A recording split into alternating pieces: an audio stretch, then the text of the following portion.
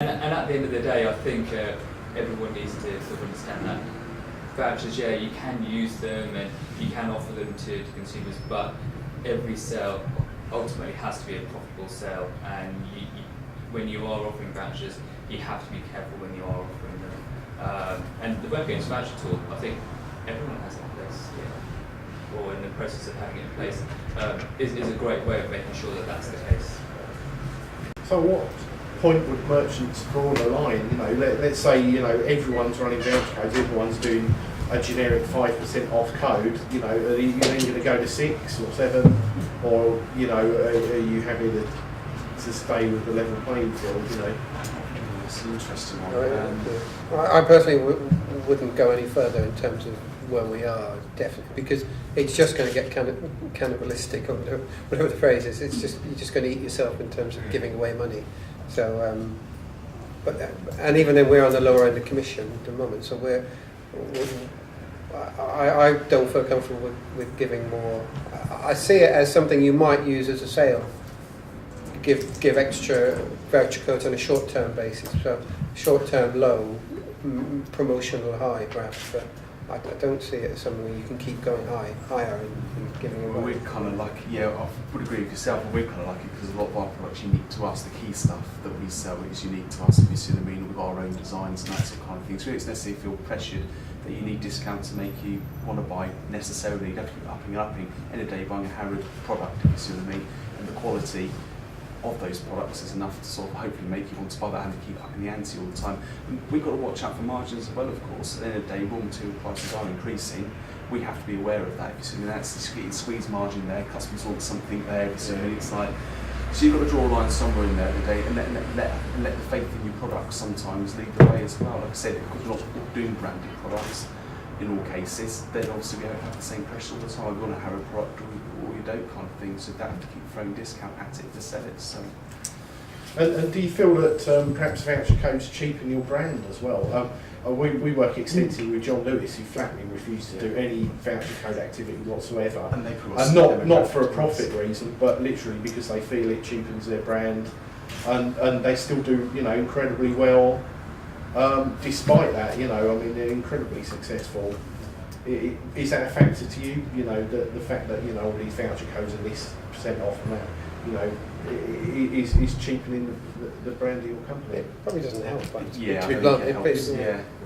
I think because if say for example 30% of our turnover is coming through voucher codes or something, I'd be a bit more concerned about it, because obviously it's getting quite a high proportion, it's that perception. But at the moment it's such a small part of what we're doing, if you see what I mean, and we're only just only partway through the journey, 3 months in kind of thing. I'm not quite sure how I feel about it, but as long as it wasn't getting more and more growth in that area, then I suppose you would have to look at it. But I do think it's not good, is it? Because what I worry about at the end of the day, you're right, is the perception that you're getting customers. It was okay, it was that first transaction profit, that's good, new customer stuff not had anyway, but then what is said, bad business, follow up, repeat marketing, do they keep wanting your discounts, anything to make them tick? Oh, it's not, I think it's a straight answer to it, but it's obviously not ideal. I don't think voucher codes do cheapen the brand. I think people are becoming more and more savvy in how they shop. People are, in my opinion, I think people are out there looking to get the best deal possible, and if they can find an item cheaper on another site, then I think people are more fickle in terms of where they shop at. If someone's seen a 42-inch HD TV at John Lewis and they've seen it for say £15 cheaper using a voucher code at Dixon's, are they going to go into John Lewis and pick that TV up for £15 more, or are they going to go and pick it up from Dixon's at a cheaper price and then think to themselves, well, actually this is a cheap place to go and shop? Using a voucher code. I don't for a branded product. Sorry, branded product. Yeah, it's different branded product. If you've got a unique proposition, then that's slightly different. But then at the same time, if the same item or a similar item is available elsewhere at a different price with the use of a voucher code, then does that mean that the consumer is seeing that retailer as a discount retailer? I think it's different. If it's a similar product, you'd hope the quality would shine through. We would in our case, for instance, if you see what I mean, we would hope that our reputation in the marketplace anyway, and the quality of our products would hopefully shine through. If maybe someone's offering a similar product but maybe a cheaper imitation, or one which has we've got some discount off. It works with the plants certainly, where we sell the most, where the people are happy to pay more to Crocus or to Burn Coos nurseries, because they just got this different. So the same plant from one of the cheaper Jersey things just won't sell as well. So I think, I don't think you need vouchers in those cases. I don't think with your own branded products you don't need vouchers. It's a difficult one. I mean, we don't discount our seeds on our site. We never discount our seeds apart if we do a sale. But actually, you can buy our seeds from other suppliers cheaper.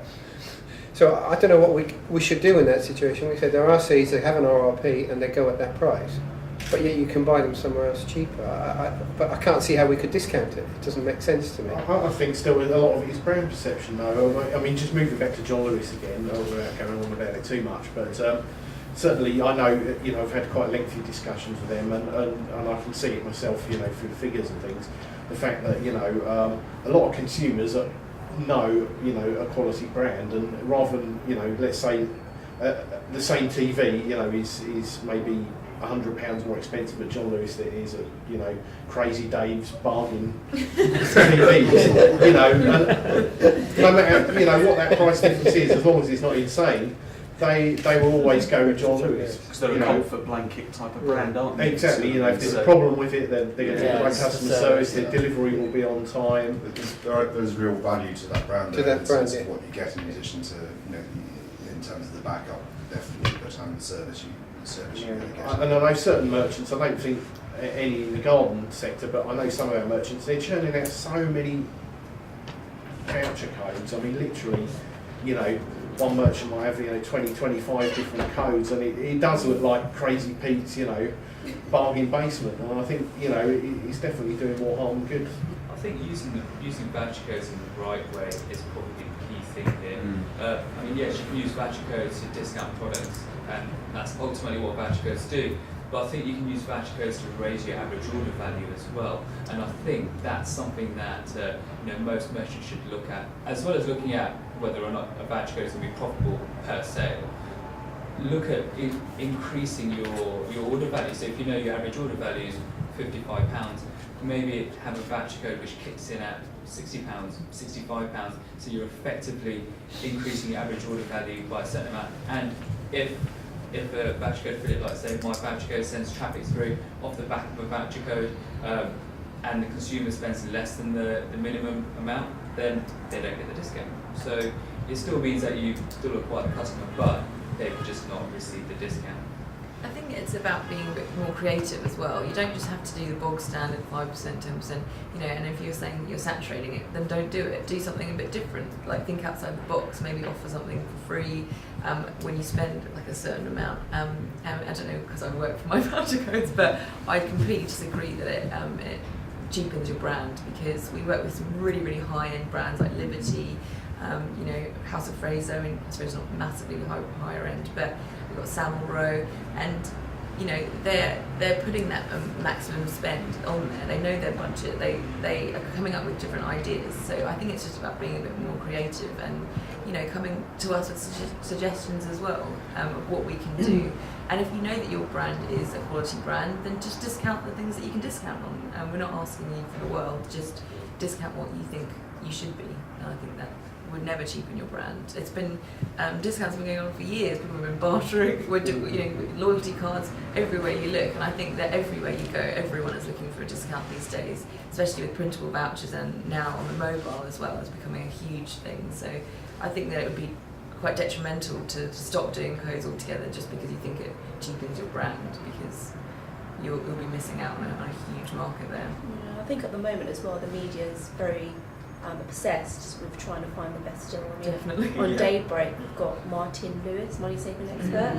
I mean, he's always advising people of where you should go to try and save money and do this and that. So I definitely think there's a market for it, but I think you just need to be savvy as to how you go about that. But I think in the garden sector it's very different. I think people are looking for, they want inspiration, they want stuff which is colourful, which is there's a show off factor in the gardening industry. People grow plants not for because they're cheap. They grow plants because they want that particular bush with that particular color flower. So I disagree completely that it applies to the, Martin Lewis is not going to say go buy your daffodils from bulk from here rather than there because it's 10p cheaper. Yeah. So I mean, it's an with example TVs that it it's around. works, Yeah. but it's a slippery slope. Once you start the vouchers, there's two players in the UK market. No, I disagree. I mean, It's going to be two. Google is dropping others off the thing quicker than. I disagree with that. I mean, working on that website, you can see who's where, and I think there are more than just two players in the batch code space. And I think a lot of, like what my batch codes are doing, they're diversifying into other areas as well. So it's not just solely batches that they're pushing, even though that's the key area that we're in. Once you've got two merchants who are selling, raised beds. Harrods got raised beds, and you're doing great with the voucher code side. And somebody else jumps on. You're going to have to keep offering more, higher percentage if it becomes a, I know you, but at that point, I would cut it and I'd say, I'm confident with our product that we offer the most, not just the best quality components and timber, but you do already. The best range you do and all the rest of already. it. So you've got to say at that point, you say, back right. to quality and I faith. think that's a start. I agree with that. I just think it's difficult when you see your sales drop. I think it brings us back to Lana's point where you know what your unique proposition is. You know that you've got the Harrods raised bed product, fantastic. You know it sells well. You know it's a great product, and you know consumers buy it because they love the product. Don't discount it. Correct, I agree. Exactly. Yeah. So you keep that more product. dynamic with what you're doing. Basically, is Exactly. what you've got to try and Yeah, do. and like Lana said, have a look at products which are where you can potentially offer a discount, or you want to offer a discount on, and discount those products. We can do free products too. Or Yeah, I like the idea of being more dynamic with average order value builders, for example, or whether that be to do with what you were saying there, free gift with a certain value of order and that kind of stuff. That's probably kind of more interesting as well. But I think it really comes down to also about all the orders you're getting from that particular source. Is it incremental or is it not? Is it existing? Is it new? And try and work out in your own head where your metrics land and all the rest of it, and just operate within it and see how comfortable it is for your business. That's what I think. There are a couple of merchants already who are saying we give half the commission if it's a repeat business, and if it's double if it's.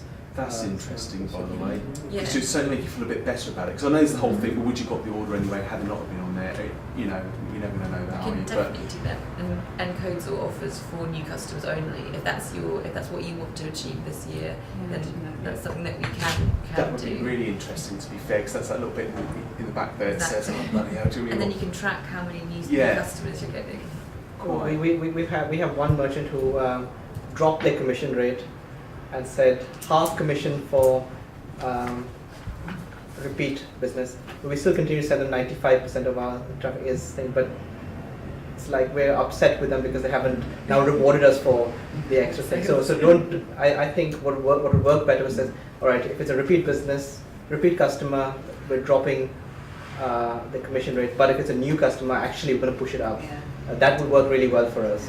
And because you want new customers, we're happy to give you new customers because we need to provide extra value. But if your commission rate was 10% before, say, look, if it's new, we'll give you 15%, but if it's old, repeat, we'll give you 2%. We don't care.